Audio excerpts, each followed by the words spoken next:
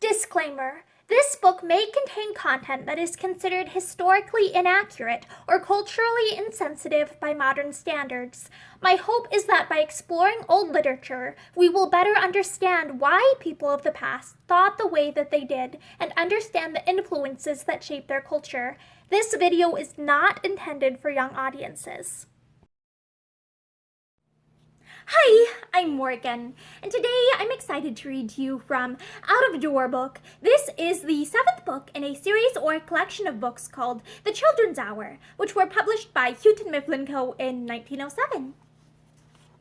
In a Quicksand by Louis du Couret. This afternoon I had another adventure. I thought I caught a glimpse of a horned head, which showed itself but for a moment, and then disappeared behind a hillock. My companions, however, did not believe it was an animal, and, as none of them cared to accompany me, I set out in search of it alone.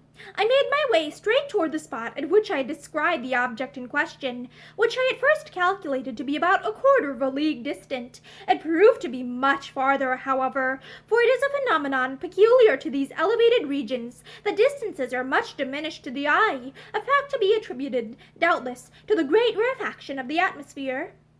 The hillock from behind which the horns showed themselves ran from east to west, and a portion of the summit of it was fringed with a growth of cactus. The ground rose with a gentle ascent, up which I threaded my way cautiously among the bristling plants, keeping my course right for the place where I supposed my game to be. Arrived at the top of the hillock, I saw, with eager joy, 2 superb gazelles, a male and a female, browsing tranquilly, as if unconscious of the existence of danger. But, unfortunately, they were far beyond the range of my gun, and I was puzzled how to stalk them, for they were in the middle of a beautiful open plain, destitute of cover behind which I could conceal myself. I stopped for a moment, turning over in my mind the various stratagems employed by the Hadramites in hunting the gazelle. First, I thought of imitating their cries, then of attempting to fascinate them by shaking aloft a piece of cloth, but such ruses appeared to me unlikely to deceive gazelles so cautious as these seemed to be, for I remarked that every now and then they tossed up their beautiful heads and gazed around them with an air of suspicion. While I was thus doubtful what course to pursue, my eye fell upon a long gray line, winding away beyond the plain on which the 2 animals were feeding. Whether this was a fissure in the earth, the track made by a troop of wild oxen, or the bed of a stream, I could not decide, but at any rate it was just the cover I wanted, for the gazelles were now hardly 100 yards from it, and appeared inclined to approach it yet more closely. Creeping out from the cactus thicket, I made my way for a point at which the hillock was nearly on a level with the flat, upon reaching which I found myself on the bank of a stream, the shallow, crystal water of which slid along over a bed of sand and clay. The banks of this rivulet were low, hardly 3 feet above the level of the water, except at certain points where the hillock approached it. I descended into its bed, then, without difficulty, and set to work to wade it upstream. As I had foreseen, I soon arrived at a point where the stream, which ran parallel to the plain for some distance, formed a bend and changed its course suddenly. Here I stopped and reconnoitred, taking care not to discover myself, however. The gazelles were now quite within range of the stream, though not of the part of it where I was resting. They still browsed quietly, in happy unconsciousness of the danger so near them. All was favorable for me, and I continued stalking up the stream, a mode of proceeding, however, which I found anything but pleasant, for I sank continually in the soft ooze, besides being obliged to creep in a stooping posture, and to guard carefully against making the least noise, lest my game should take the alarm. But all this was nothing to me, influenced as I was not only by respect for my reputation as a hunter, but by the desire to procure a good bit of venison for dinner. Having waded another 100 yards or so, I came to a little covert of wormwood, the bushy growth of which was high enough to conceal me without intercepting my view. I raised myself up gradually until I could see between the stems, and, finding I was in the right place, sighted the female gazelle just between the horns, and fired. The animal bounded high into the air, and then fell heavily back upon the ground, dead. I was about to emerge from my ambush and take possession of my game, when I remarked that the male gazelle, instead of taking to flight, as I expected, approached his companion where she lay upon the ground and snuffed around her many times. The poor animal was not more than 100 yards distant from me, so that I could plainly distinguish the grief and astonishment expressed in his looks. But suddenly the sad truth seemed to flash upon him, and, throwing his head back, he began to utter piercing cries as he wheeled around the dead body of his companion. Uncertain what to do next, my first impulse was to shoot the male with my second barrel, but his plaintive cries touched me to the heart, and I renounced for the moment my murderous project. Had I dreamed of encountering a spectacle so sad as this, I certainly should not have left my companions for such an enterprise, and I now deeply regretted that I had undertaken it. But the harm was done, and I began to think that it would now be a good deed to kill the male gazelle and put an end to his sorrows. Moved by this sentiment of compassion, then, I took aim at him and drew the trigger with a trembling finger, for I was deeply affected. When the smoke had cleared away, I saw the poor little buck lying upon the ground dead, with his head resting on the body of his dead companion. Flinging my gun upon my shoulder, I made a movement to ascend from the bed of the stream, but, to my great surprise, I was held fast by the feet, my legs being clasped closely around as if by the jaws of a vice.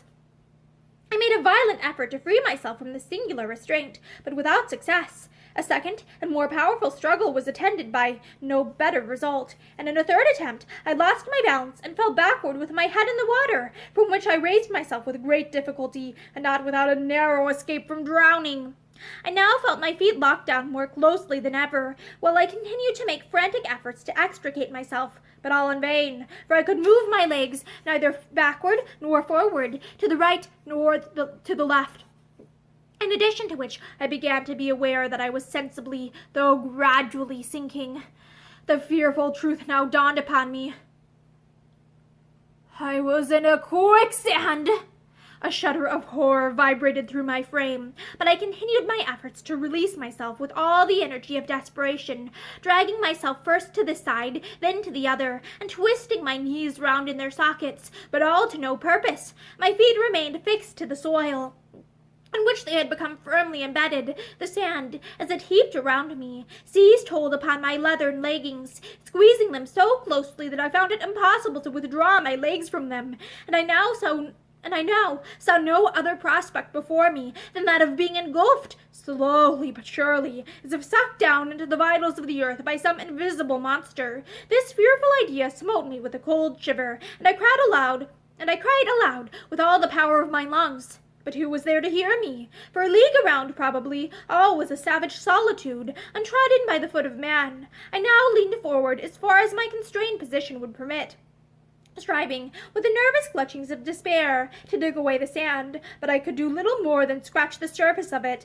and the little I was able to remove, besides, was immediately replaced. At length it occurred to me that, by driving my gun horizontally into the bank of the stream, I might obtain a resistance by which to wrench myself from destruction, but I had dropped it in my fall, and it had already disappeared beneath the sand. Then I thought of throwing myself on my back, so as to retard the process of sinking, but the water around me was at least 2 feet deep, so that I must infallibly have been drowned had I done so.